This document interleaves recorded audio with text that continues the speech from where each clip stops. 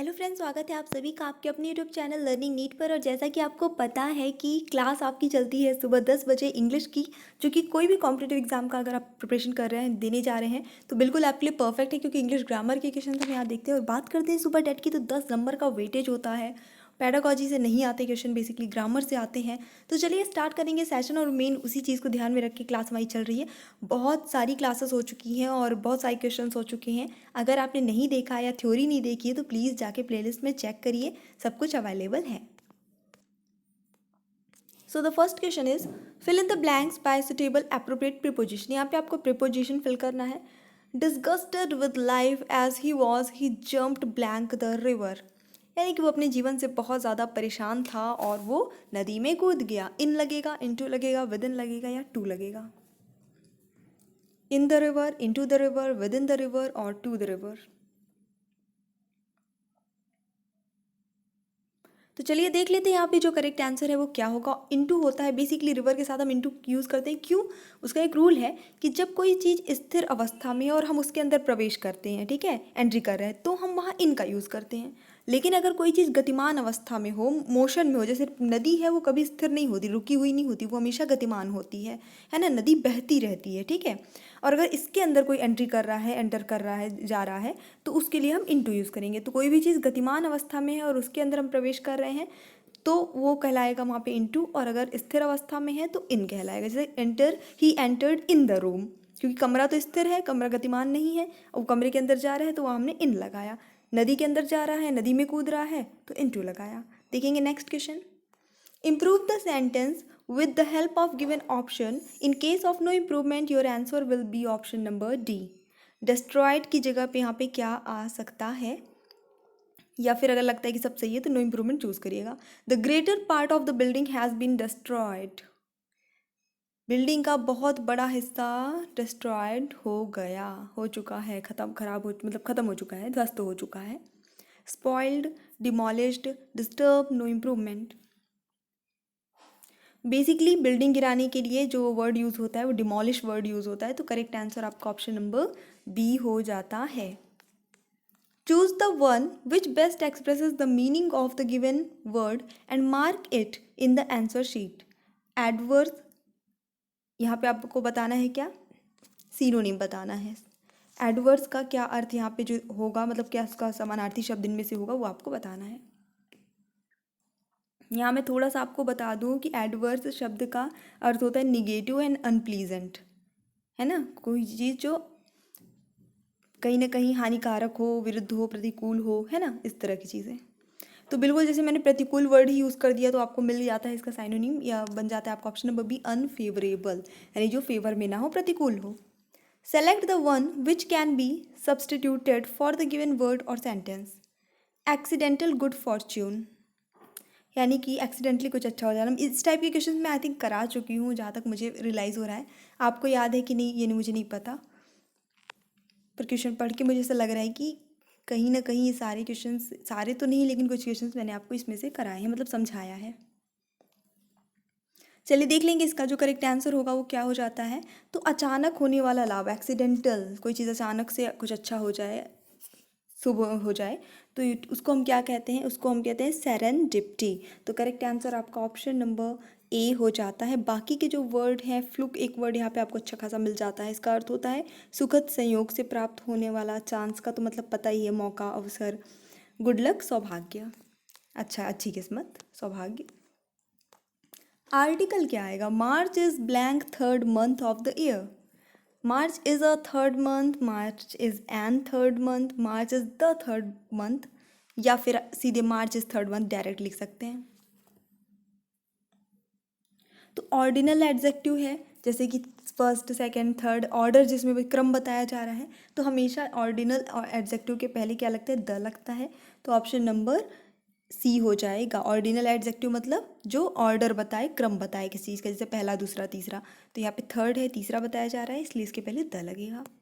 Fill in the blank with suitable form of verb. She feared that she blank will fail, may fail, might have fail, would fail.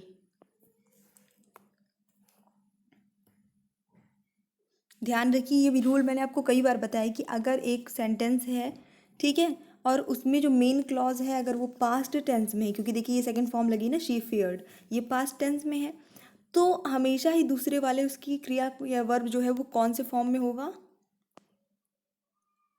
चलिए देख लेते हैं। तो इसका सही answer होगा option number B, she may fail. ठीक है, इस तरह से आपका लगेगा।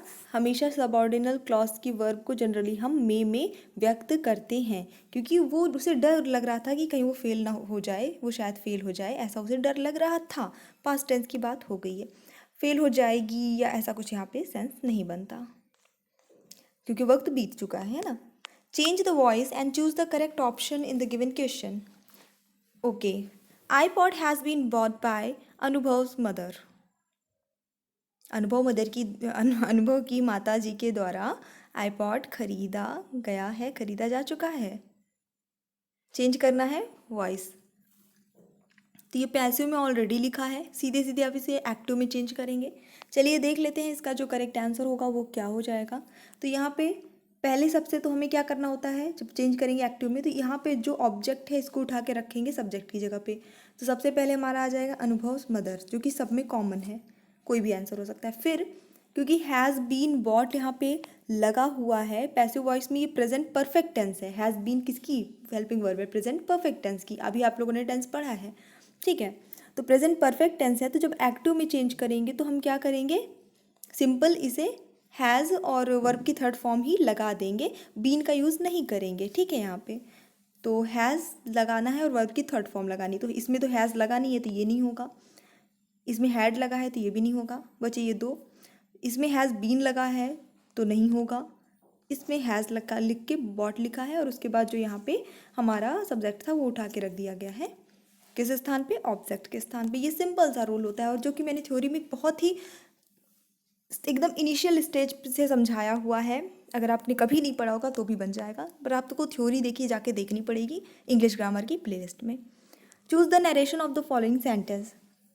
This poor beggar said, oh God have mercy on my soul.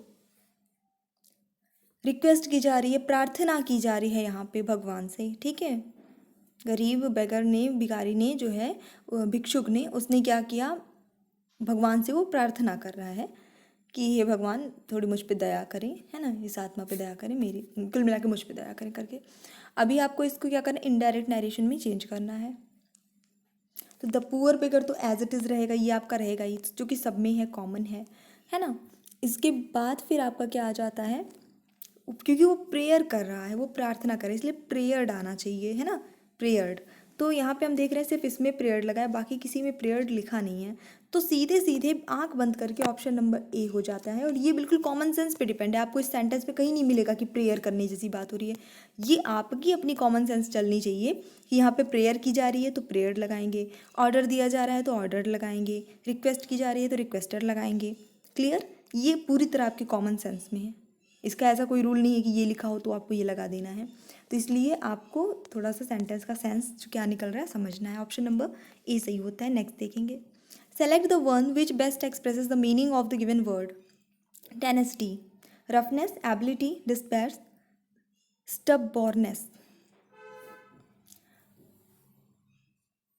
देखिए यहाँ पे मैं आपको इसका अर्थ बता देती हूँ, सिनोनिम बताना है, फिलहाल इसका अर्थ बता दूँ हिंदी में। इसका अर्थ होता है जिद, जिद करना, हट करना। तो पर्यायवाची I think Kabir Singh movie आने के बाद स्टबबॉर्न का मतलब तो सबको पता हो ही चुका होगा। ठीक है, ऐड में देखते देखते स्टबबॉर्न मतलब भी होता है ज़िद्दी, तो स्टबबॉर्ननेस का मतलब होता है हठ धर्मिता या अड़ियलपन जिसे हम कहते हैं। तो ऑप्शन नंबर यहाँ पे डी बिल्कुल ही ज़्यादा सही हो जाता है। नेक्स्ट देखेंगे, वीडियो को प्लीज़ लाइक करिएगा, अगर आप चैनल पे न्यू हैं तो सब्सक्राइब किए बिना मत जाइएगा प्लीज़, है ना। Select the one which is opposite in the meaning of the given word.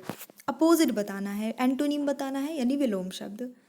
Contradiction, opposition, adjustment, confirmation, agreement.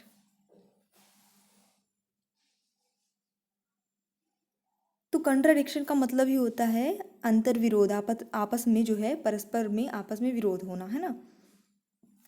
तो जब विरोध की बात आ रही है तो सहमति जो है वो इसका अपोजिट होगा, विलोम होगा, तो एग्रीमेंट इसका करेक्ट आंसर हो जाता है, जिसका अर्थ होता है रजामंदी या सहमति, सिंपल सहमति के नाम से हम लोग इसे जानते हैं।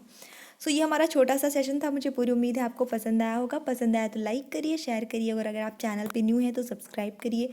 ऑल्सो हमारे दूसरे जो चैनल हैं सबकी लिंक मैंने कमेंट बॉक्स में पिन कर दी है, तो आप वहाँ से चेक कर सकते हैं, और प्लीज़ सपोर्ट करिए वहाँ पे, क्योंकि वो सब नए चैनल्स हैं। So thanks for watching, keep studying and bye bye.